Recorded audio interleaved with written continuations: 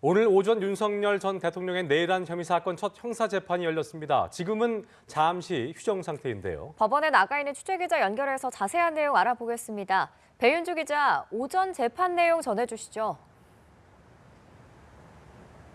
네, 서울중앙지법에 나와 있습니다. 윤석열 전 대통령의 내란 혐의 형사재판이 오늘 오전 서울중앙지법 417호 대법정에서 열렸는데요. 오전 재판은 낮 12시까지 2시간가량 진행된 뒤 지금은 휴정 상태이고 오후 2시 10분에 재개합니다. 오전 재판에서 검찰 측은 준비한 PPT를 이용해 공소사실에 대해 1시간가량 모두 진술을 진행했습니다. 검찰은 윤 전 대통령이 12.3 비상계엄을 사전에 모의한 부분, 그리고 국회 봉쇄와 주요 인사 체포, 국회 의결 저지를 계획하고 지시한 혐의 등을 설명했습니다. 이어 피고인의 모두 진술 차례가 오자 윤 전 대통령이 직접 발언을 신청해 공소 사실을 반박하며 혐의를 모두 부인했는데요. 윤 전 대통령은 야당의 감사원장과 검사 탄핵이 비상계엄 발동의 결정적 계기가 됐다며 헌정 질서에 대한 중대한 위협에 해당해 민주주의를 지키기 위해 계엄을 선포하게 된 거라고 밝혔습니다.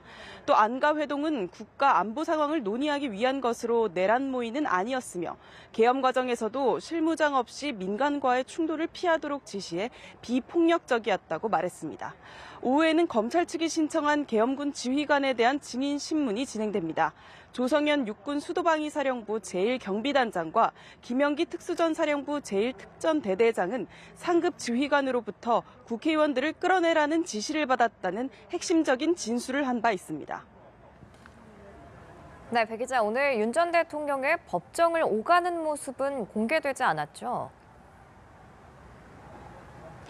네, 그렇습니다. 윤 전 대통령이 열흘 전 파면되면서 자연인 신분으로 법정에 선 것은 오늘이 처음이었는데요. 법원이 청사 방호와 민원인 불편등을 이유로 지하 주차장으로의 비공개 출석을 허용하면서 윤 전 대통령 모습은 노출되지 않았습니다. 여기에 과거 전직 대통령 재판 때와 달리 언론사의 법정 내 촬영은 불허하면서 특혜 논란도 불거졌는데요. 이명박 박근혜 전 대통령 때는 국민 알 권리 등을 이유로 법정 촬영이 허가돼 두 전 대통령이 피고인석에 앉은 모습이 공개되기도 했습니다. 재판부는 언론사의 법정 촬영 요청이 있을 경우 추후 허가 여부를 다시 판단하겠다고 오전에 밝혀 다음 공판에서 윤 전 대통령이 피고인석에 앉은 모습이 공개될 가능성도 있습니다. 윤 전 대통령은 휴정 시간 잠시 사저로 돌아갔는데요. 오후 재판이 곧 시작하는 만큼 다시 법원으로 이동할 전망입니다. 한편 법원 주변은 오전부터 지지자 등이 몰리면서 혼잡한 분위기입니다. 법원은 각종 안전사고 등에 대비해 법원 종합청사 입구부터 보안 검색을 실시하고 자정까지 일반 차량의 경내 출입을 전면 금지하는 등 방호 조치를 이어가고 있습니다.